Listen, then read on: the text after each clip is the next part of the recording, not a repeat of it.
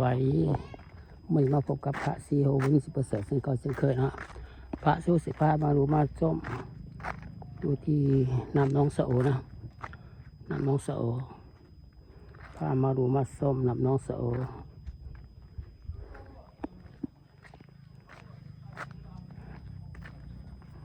ผักที่ตามเนี่ยผักที่ตามซองยูทูบของพระซีโฮวิ่ง10%เลยFC ลาวไทยต่างประเทศขอให้เขาดูเข้าชมช่องยูทูบของพระซีโฮบุญมี10%ให้เนาะกดไลค์กดแชร์เลยกดติดตามให้เนาะเป็นกำลังใจพระซีโฮบุญมี10%ให้เลย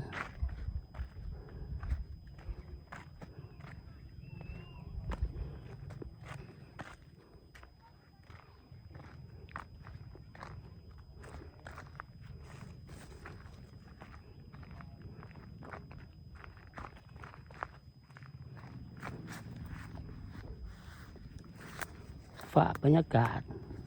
น้ำน้องสะโอเนาะมาให้รู้ให้ชมให้FC ลาวไทยต่างประเทศเขาดูเข้าชมช่องยูทูบของพระซีโฮบุญมี10%เนาะกดไลค์กดแชร์เลยกดติดตามให้เนาะ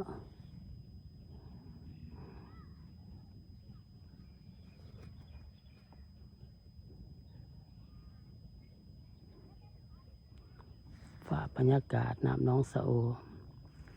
ตอนวันอาทิตย์เนาะตอนแรกของวันอาทิตย์วันที่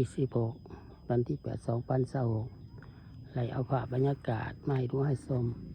ให้FC ลาวไทยต่างประเทศเขาดูเข้าชมช่อง YouTube ของพระซีโฮบุญมี10%นี่เด้อ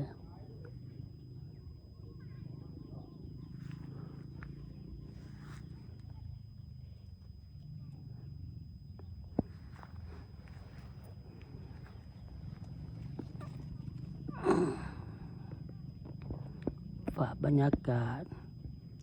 น้ำน้องสะโออยู่ที่บ้านทางแห่งเมืองกวงสะโลนแขงสารวัตรเนาะไล่เอาภาพบรรยากาศมาให้ดูให้ชมให้ FC ลาวไทยและต่างประเทศเขาดูเข้าชมช่อง YouTube ของพระซีโฮบุญมี10%นี่เด้อกดไลค์กดแชร์เนาะกดติดตามให้เด้อ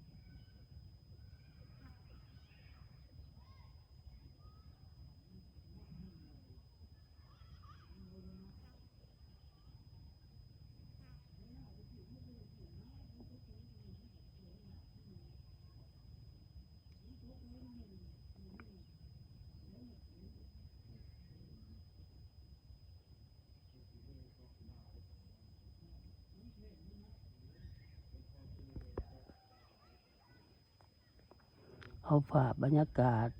แม่น้ำน้องสะโอเนาะมาให้ดูให้ชมให้ FC ลาวไทยและต่างประเทศเขาดูเขาชมช่อง YouTube ของพระซีโฮบุญมี10%เด้อกดไลค์กดแชร์เนาะกดติดตามให้เนาะเป็นกำลังใจพระซีโฮบุญมี10%เด้อ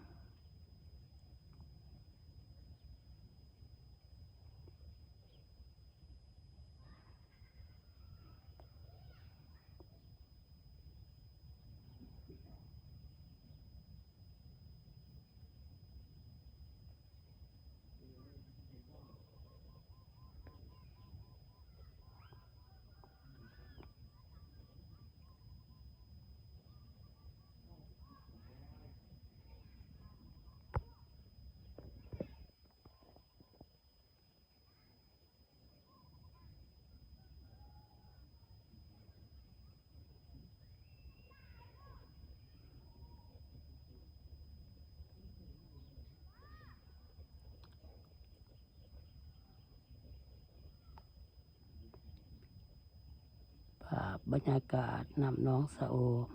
เอามาให้ดูให้ชม